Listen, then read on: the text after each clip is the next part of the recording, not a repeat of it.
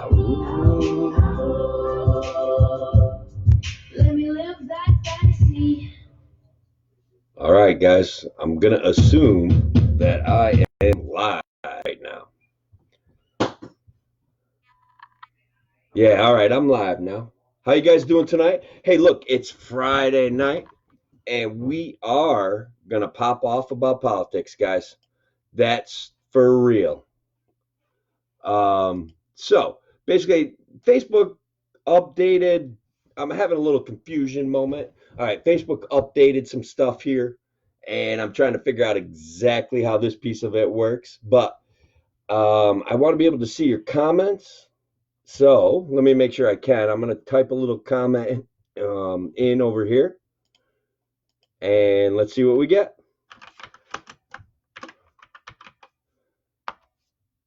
All right. We got it. All right. So listen, we're popping off about politics, guys. That's real. As you know, as I've made abundantly clear to you guys, I am running for New York State Senate in District 51. The reality of running for Senate in New York State Senate District 51 is I would be serving an area that is about the size of the state of Connecticut. It's huge. Okay. It goes from Schoharie County down to Ulster County, all the way out to Cortland County. Okay, if you look at the back behind me here, it looks like a ray gun, man. I don't know what that means. All right, I do know that we have a lot of similar interests and concerns in Senate District 51. So, guys, that's real. I think I'm the guy that can serve us, not rule us. I'm done with being ruled. Okay, I think you guys are too. And I think it's time to explain to the government that we should be served. And what does that mean, guys? Every video I do, whether it's with Larry Sharp or whether it's with you guys live on a Friday night at 6 o'clock, taxes are too high. Okay, they're too high. We have to find answers for that. We pay our people that are helping us out. Everybody from your town board guy to your caseworker, they get paid too little. So we need to balance this out. We need to figure this out. They take our money, they send it to New York State. New York State gives us a little bit back, and then we figure out how much we pay our people. Okay. Our youth, our millennials, our Generation Zers, they're leaving, guys. They're going other places because we're getting wrecked economically. We're getting wrecked economically. That's real. Um, a lot of you guys may have seen some stuff about civil disobedience this week. Um, Frankly, what they're doing, and before you guys freak out about it, okay, what they are doing is okay with me. As long as, and I'm going to ask some of you guys to go to the Wikipedia and check out the non aggression principle, because if we're going to be civilly disobedient, we have to be civilly disobedient as best we can. All right. So go check out the NAP, but let's talk about civil disobedience for a second, okay? You can't, and none of you guys are, okay? You can't hurt people when you're doing civil disobedience, okay? You can't interfere with the police. You can't interfere with our first responders. And none of you did, okay? You have to respect the health code law, the COVID-19 stuff. Like, regardless of what we want to think about the statistics that are coming out, and we'll talk about those, okay? We will. Um, COVID is real for a lot of people. It's scary for a lot of people, and it's reasonably dangerous. So, look, I see 7 live watchers. Can somebody do me a favor and post a comment or two just so that I know you guys are who's here and what's going on? Um, if that's all right. So follow the codes as best you can. Be a sheepdog, man. Don't be a wolf. All right. Don't be a politician. Okay. Take care of yourselves. Don't get yourselves hurt. And remember, guys, for the most part, thank you, Heidi.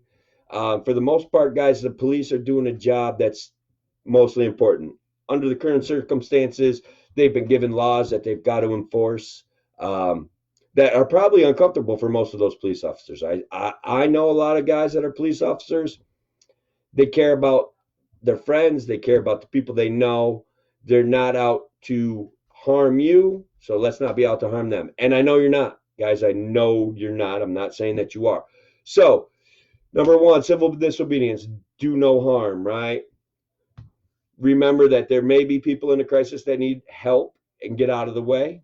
But let's let these guys know, because Governor Cuomo made it clear when you guys were protesting up in Albany,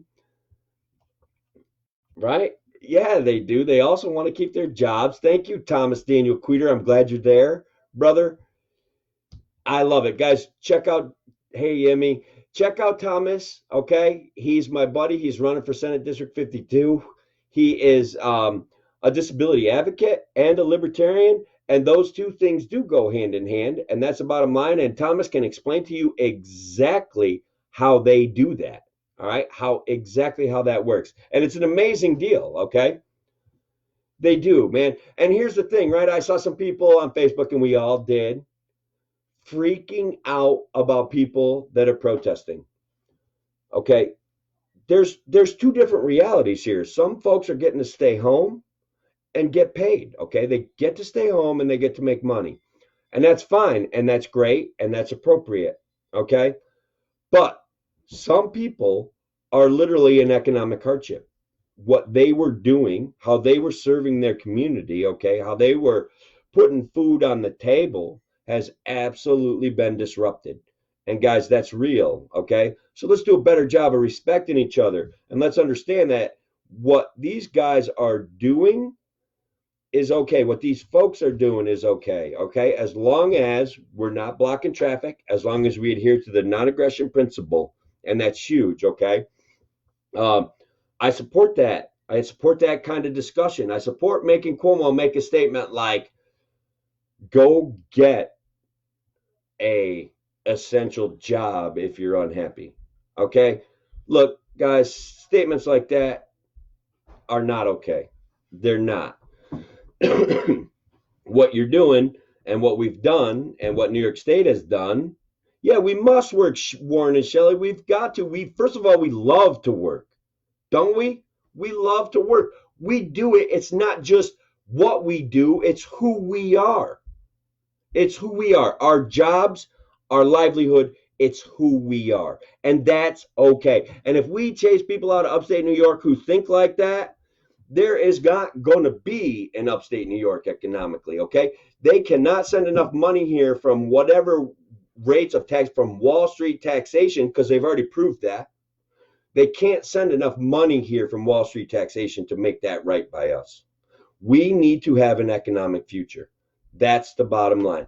So we need to understand that coronavirus is in fact real, okay? It's a little bit dangerous.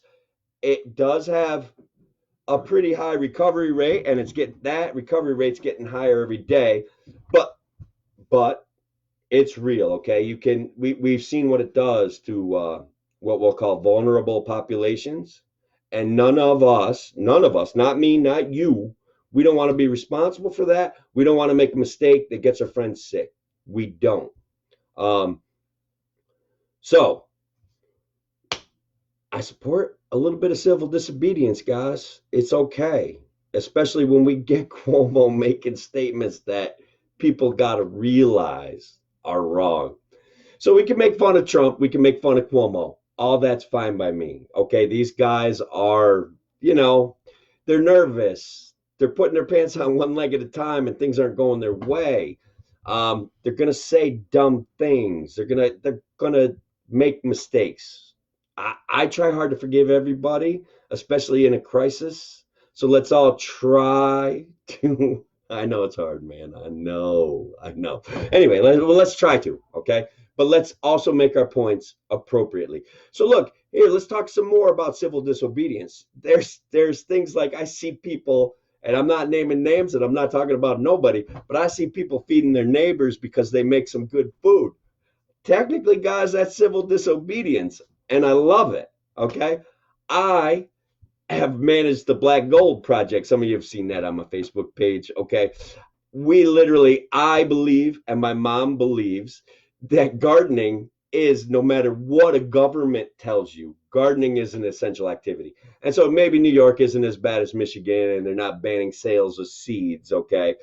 But if you want to garden this year and you want some free fertilizer, PM me, guys. I'm going to help you out. Okay, we're going to get you some horse manure, what they call black gold in the gardening business. Okay, um, and that's in a way civil disobedience. Maybe it's not. Maybe you're thinking, all right, this guy's crazy, and maybe I am. Okay, but free black gold, free fertilizer. I can help you out. We have to maintain social distancing. We got to be polite to each other.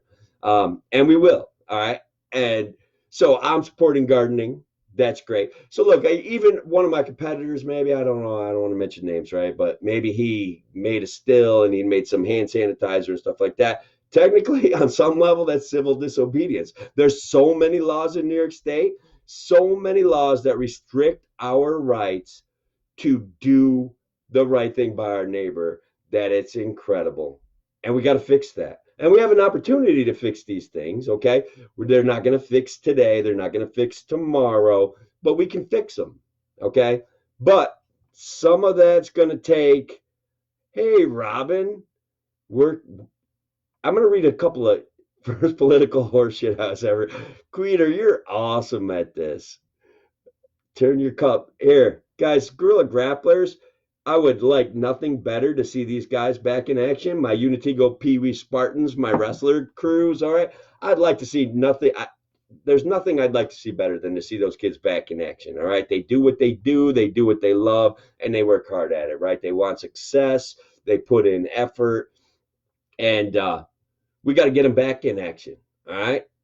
So I'm gonna kind of move. I gotta move off the COVID topic because I'll say things that are gonna get me censored by Facebook probably, and I don't want that. I think it's important that I don't. Hi Pat. Ill. I don't know what that means, but I'm gonna give it a like. All right. Turn my cup. I showed it off. All right, guys. So listen. Keep the comments coming. So one of the issues, guys, I got this like whole list of things. See that? Wait, I drew a graph, but I'll get to that later. I gotta try to raise some money. I know that's weird. As a libertarian, we do more with less, so I will do more with less money. But we got to do something. I got to do something to ask for money. I started a what's called the GoFundMe. Probably all you guys know what that's about. We've all contributed to one in the past. Anyways, on my Facebook page, on my homepage, there's links to a GoFundMe. And guys, I'm telling you right now, $5 or $10 can make an impact on my impact in this Senate race. Okay, so we want to talk about impact on a Senate race. Unfortunately, for real, politics takes money. Now, it will take me less money to make a big impact, but it takes money, and that's real. So if it's $5 or $10 or whatever you can do, maybe it's $50, fine. If you can't do that, like this video, share this video, point people in my direction because I love having conversations. That's why I'm doing this right now. So tonight's deal is going to run about 45 minutes. I'm going to talk a lot. I'm going to try to answer some questions. And first of all, we're going to try to enjoy ourselves, and occasionally we're going to try to have some fun. But one of my goals, guys, is absolutely send it 100%. And I think you guys all know what that means. We're going to fight a battle here. We're going to make some political noise. We're going to get these guys to listen to us. And how do we do that? Number one, guys, I'm going to court next week. I didn't want to have to, but I'm going to go to court and challenge on behalf of my supporters, our First Amendment rights, to have a candidate on the ballot that we want. I think that's me. I did my work, okay? What happens is some Democrat, Republican operative, doesn't matter. I forgive them. I don't think they made a great decision. I think it was a mistake because they all pay lip service to third-party candidates. So I think it was a mistake what they did. I think it was wrong what they did. So they're seeking to deny me ballot access. I think I have a case that's winnable. I'm going to try to win that case. And I don't know. I'm going to try to fight it myself. Hopefully a lawyer talks me out of it and gives me a hand here, but that's what's happening right now, guys.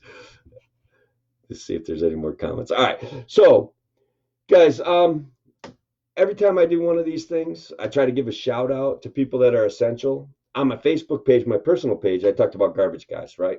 Garbage guys are going around and technically risking their lives to pick up your garbage. They deserve a shout out, man. They're doing their job. They're fighting the weather. They're getting things done. Another shout out that I want to give, and this is going to lead into another topic, okay? Teachers are back in action, right? I don't know exactly every school system's situation, but our teachers are back in action. The teachers at Milford Central School. They're interacting with the kids via Facebook, via Zoom, whatever it is. They're doing meetings. They're trying to teach them stuff again. And as everyone knows in upstate New York, and we're heading to the next subject, okay? As everyone knows in upstate New York, our schools are hurting, and in turn, they're hurting our communities. And that's unfortunate. But the bottom line is we have forgotten who the consumer and the customer is in the education system. You guys can go talk to your school, high school principal, your school principal, and you will not get into a conversation. 5 minutes into that, he's going to start talking about New York State law. New York State law. Facebook page, Jody Zintel. Hello. Hey, Mom. Jody, it's I don't know. I think it's like 3 or 4 things down on my Facebook page, Jody. You'll find it. It's there. Trust me. Go to my Senate page. Go down a couple of rows. You'll see my big bold "Who dreams of a upstate New York with an economic rebirth" is right there. So you should be able to click that link, make a GoFundMe donation, and help me fight this political battle. Some people have already donated, and I appreciate that. I do need some more people to donate, that's for sure. And frankly, guys, this thing is more expensive than I ever imagined, but I'm doing what a libertarian does. A libertarian does more with less, and that's how I look at government. We've got to do more with less. So I got the teachers back in action. I got the garbage guys, okay? And guys, of course, Springbrook, my wife is on the front line of what is a potential problem with this COVID crisis, okay? So she goes to work every day to take care of people that need help. And so, as always, Springbrook, I'm impressed. I drive by. You guys are doing great.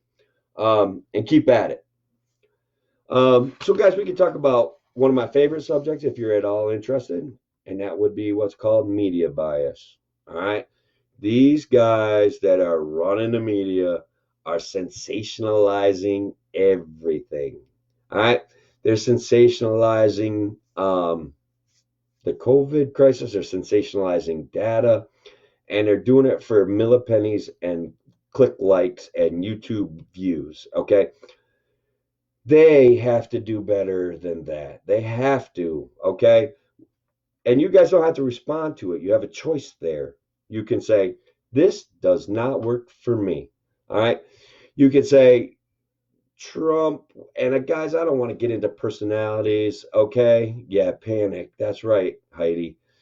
I don't want to get into personalities, but guys, there's at no point did Trump say you need to take Lysol to cure coronavirus. That simply didn't happen. All right. We're talking about a disinfectant. I'm not saying it was perfect. Guys, I'm going to go for 40 minutes, 45 minutes on this thing. I'm going to make some mistakes, okay?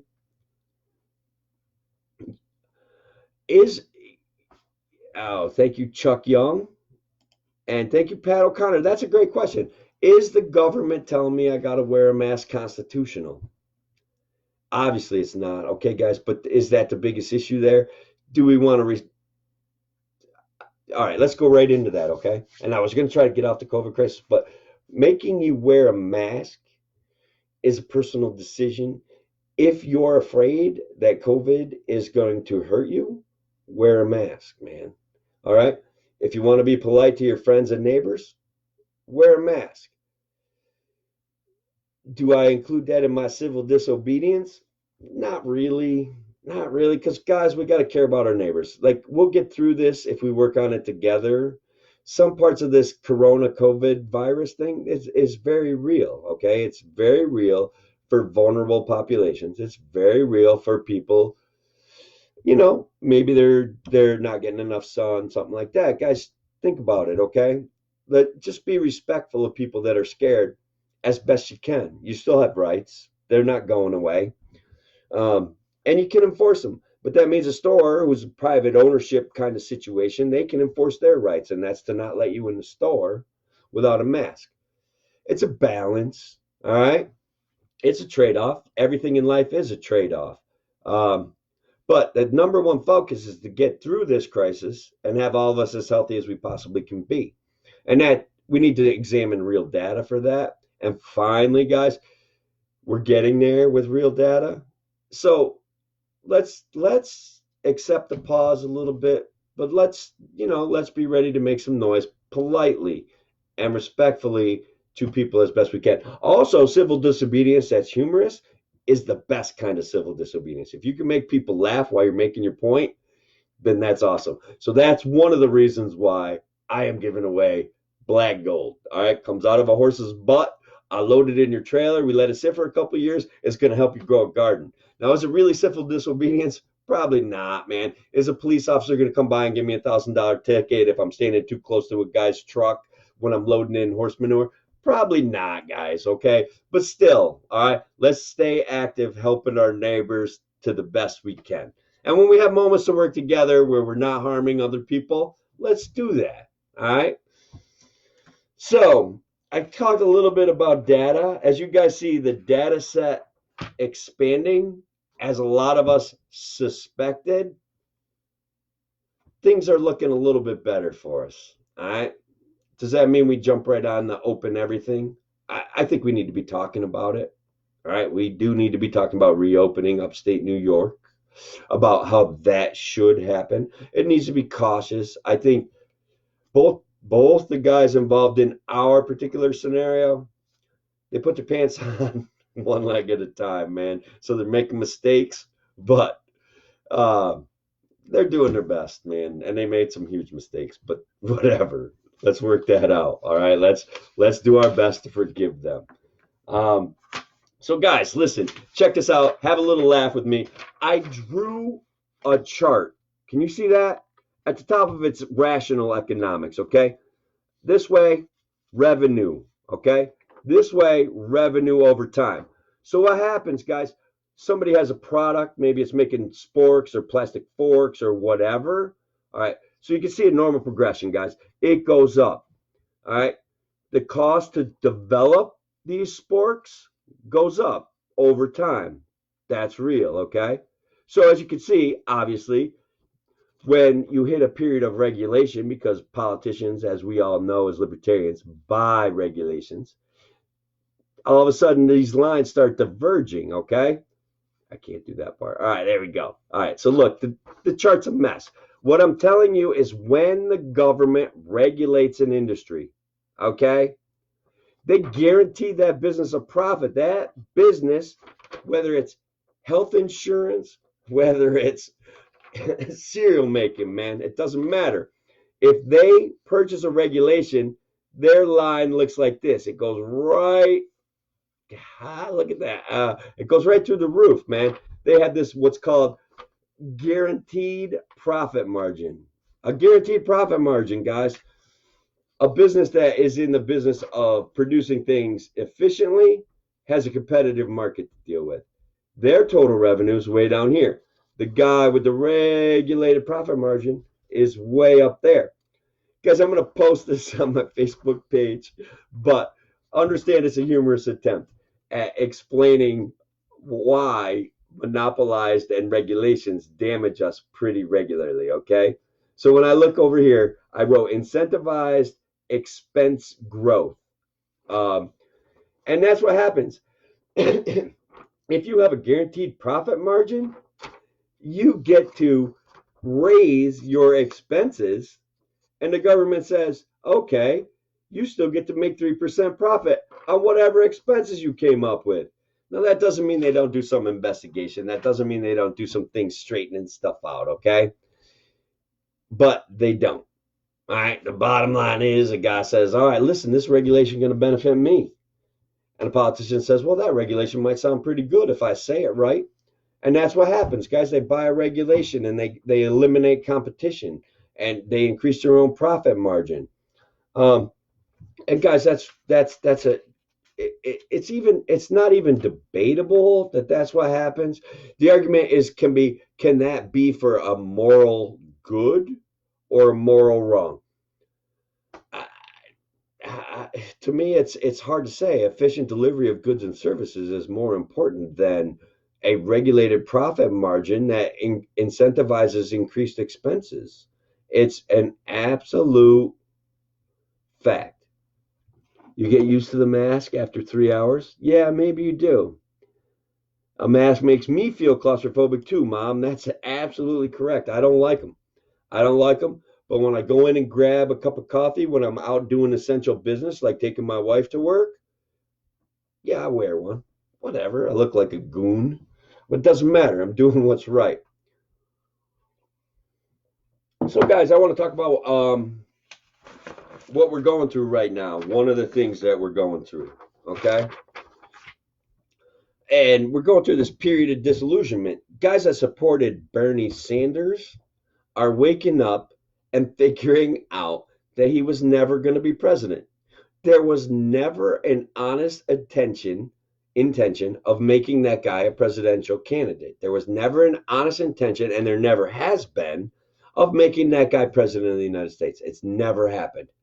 Why they let him get as far as he did is because he excited millennials. He excited Generation Zers. The promise of free stuff, a free product, which we're going to call health insurance, okay? Because we got to be specific if we want to say health care. That's not what Bernie promised, okay? He promised health insurance, which after the last few years, some of you know, health insurance does not guarantee health care. Does that make sense, guys? Has anybody got a question about that? Health insurance does not guarantee health care. It guarantees almost nothing, but what it has done is made healthcare drastically more expensive for every single person that I know. Does anybody doubt that? Does anybody have a great long-term story about health insurance that happened after the ACA? I'm waiting. I'm going to wait a long time, guys, because it's not there. So to my Bernie bros, if you're out there, number one, I encourage you to reach out to me on my Senate page and talk to me, okay? Because you're disillusioned right now, and I was there, man. I kind of grew up in what I would call a liberal thinking household. I certainly thought maybe Bill Clinton was the answer to all our problems. I thought maybe the sense of a national healthcare system, which isn't, by the way, national health insurance, just to be perfectly clear. And thank you, Nate. I feel like that is a good point that everybody misses. All right. Health insurance is a thing, almost like a tool that you hand to someone and say, do something with this. All right. It's a product and it's created by a for-profit agency who would love to incentivize their expense ledger. Okay, they would love to say, look, it's really expensive because you guaranteed us a profit. It's really expensive to provide everybody with health insurance. They would love that. So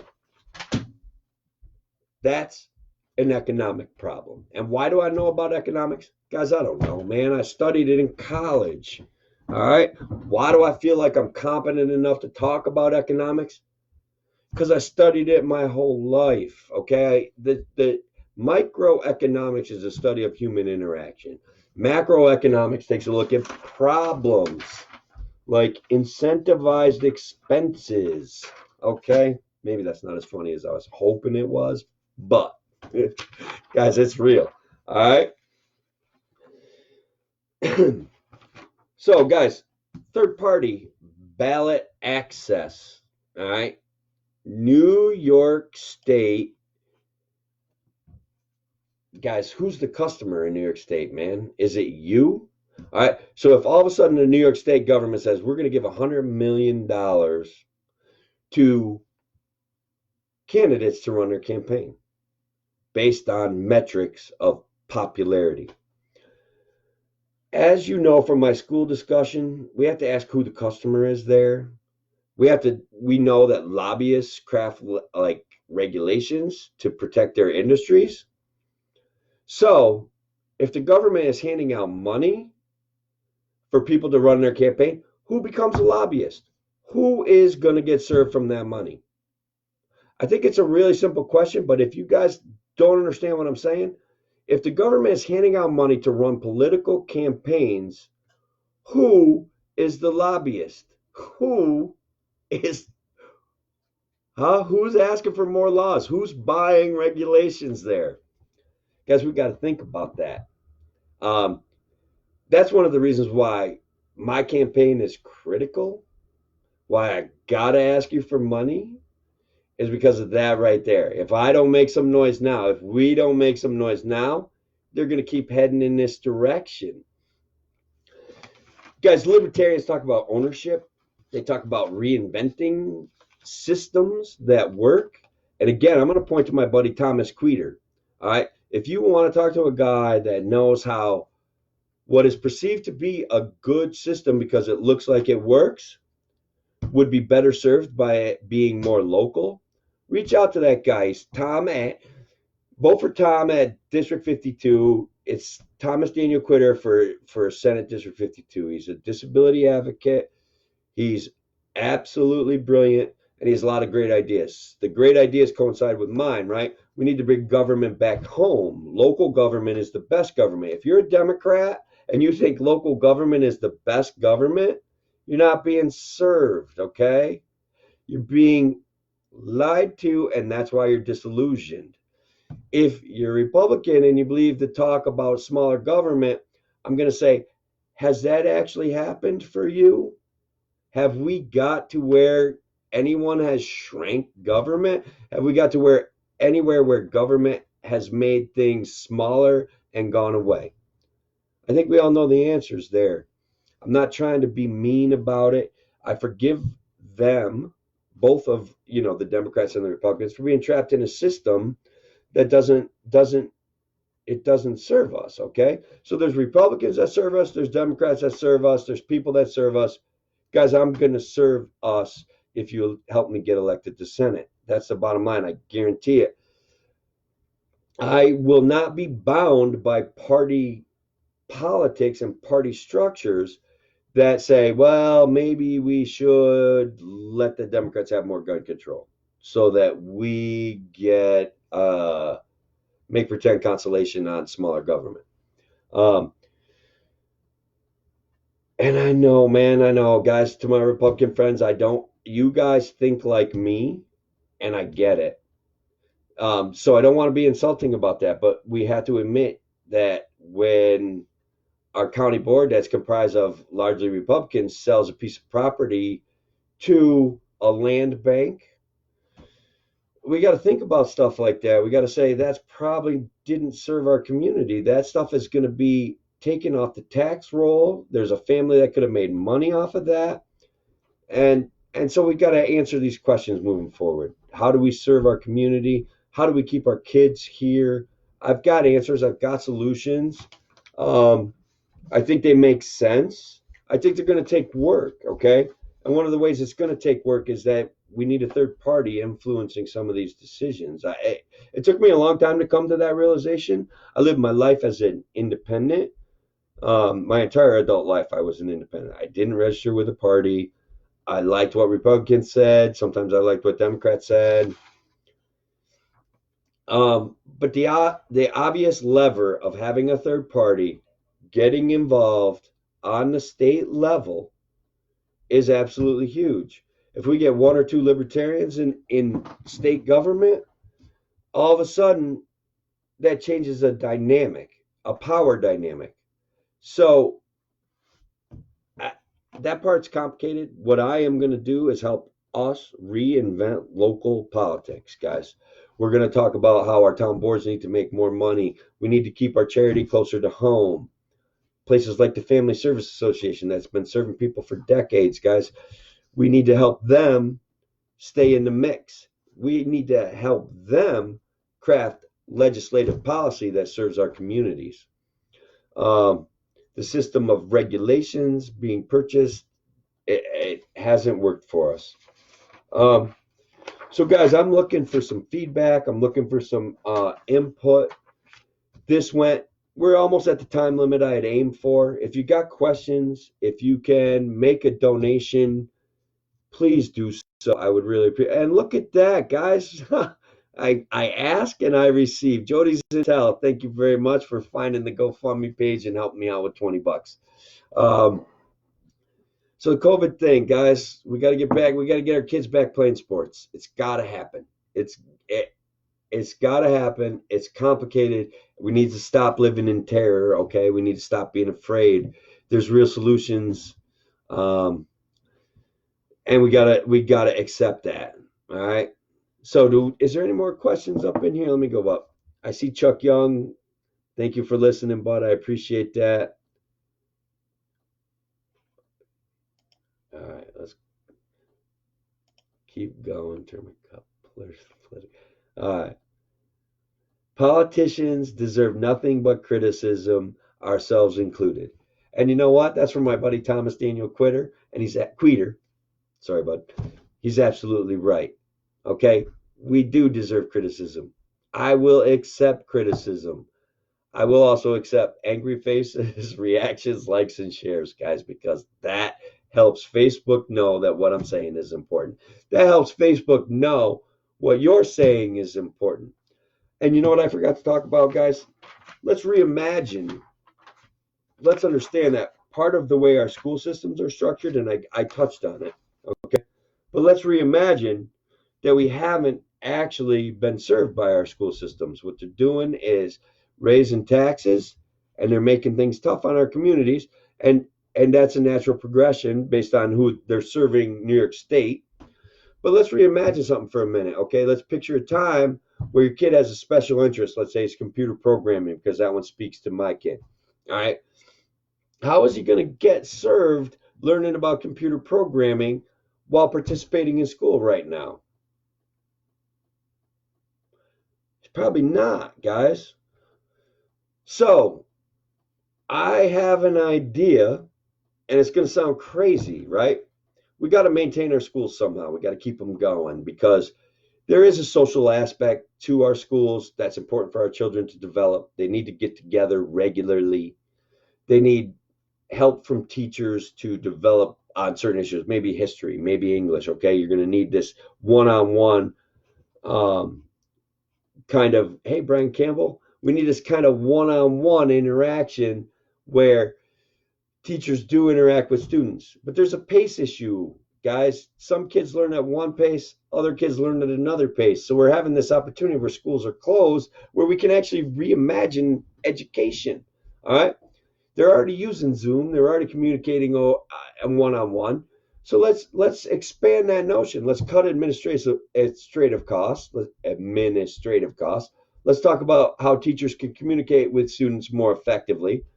Let's figure out if we can use the internet to make our schooling better. Okay, let's do that. STEM. I don't know. Spell that out for me, Brian Campbell. I'm an idiot. So, guys, we got to trust our teachers. Sometimes I don't feel like the administration is serving us. They're serving New York State, and New York State is their lobbyist, because New York State is making sure they get their salaries paid.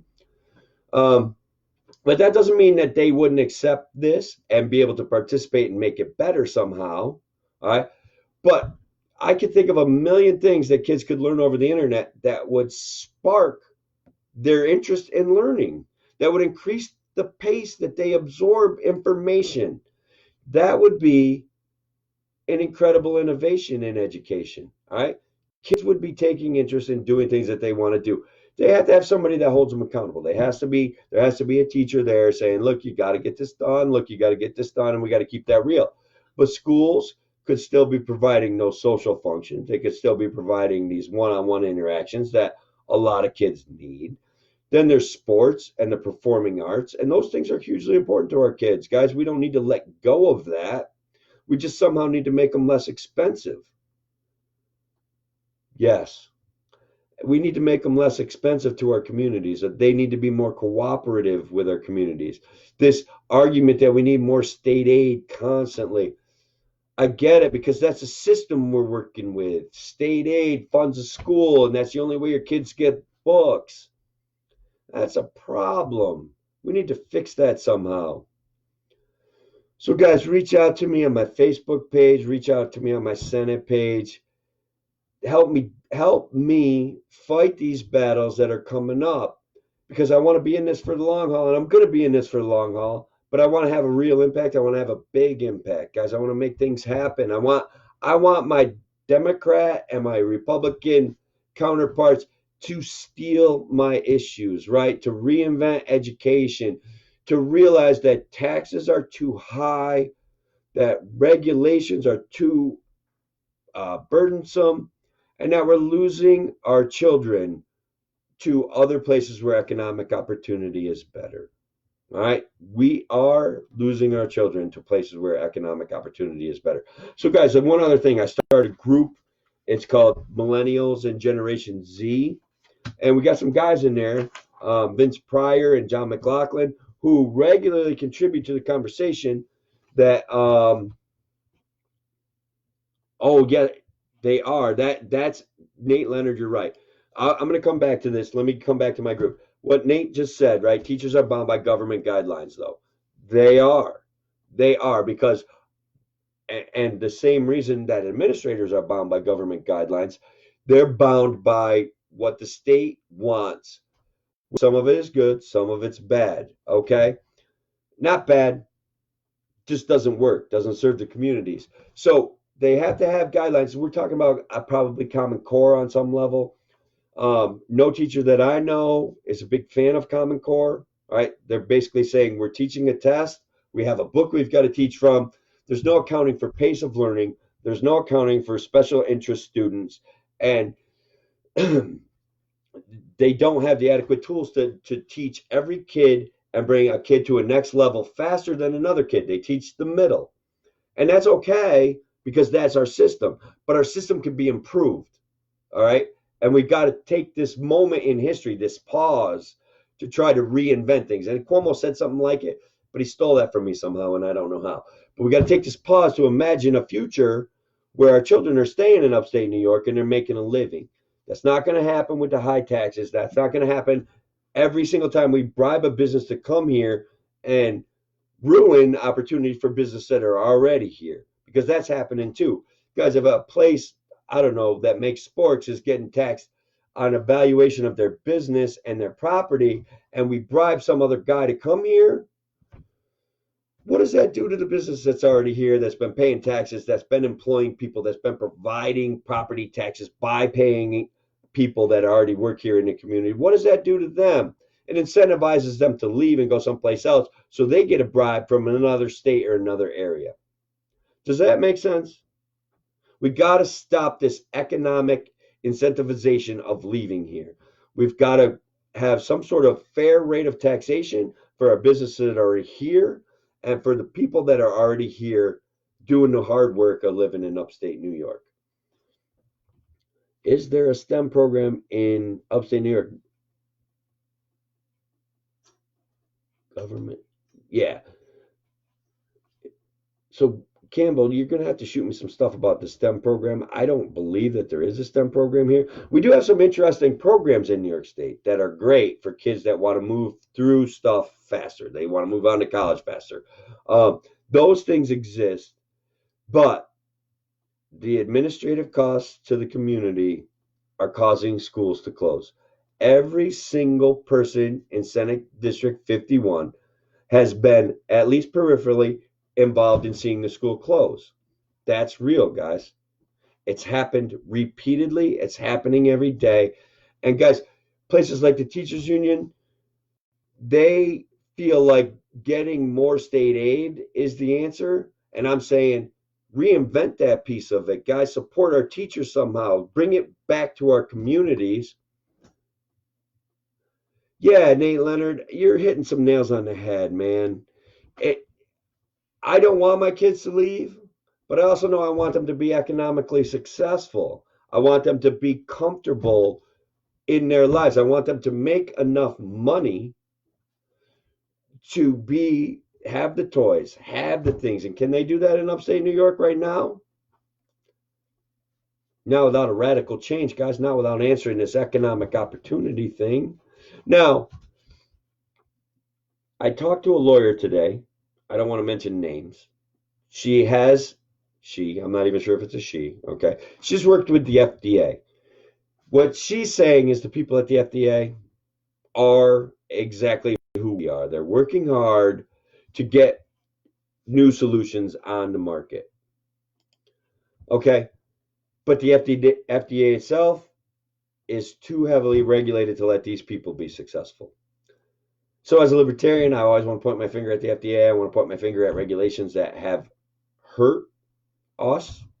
And so there's good people in the FDA. So kind of think of that as a shout out. They're working 7 days a week, 10 hours a day, trying to get testing up to par.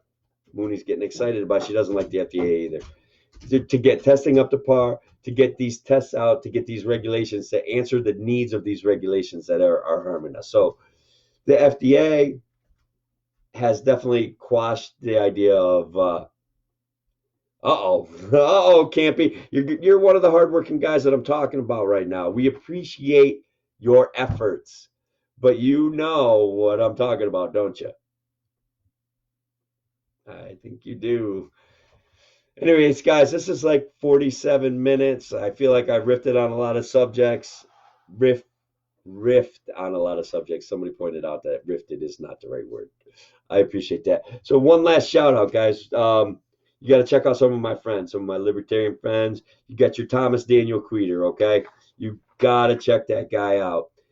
You got to check out markbrayman.com. First of all, the guy's another wicked genius. He's talking about a constitutional redistricting of New York. We have gotten so far away from New York State Constitution that it's actually incredible. He's proposed some simple solutions. So check out markbrayman.com. My buddy Jake Cornell up in the 121st is making an impact. He's basically an expert on cannabis, vaping, and the things that the government are doing to attach revenue streams to that stuff that is preventing us from enjoying a revolution.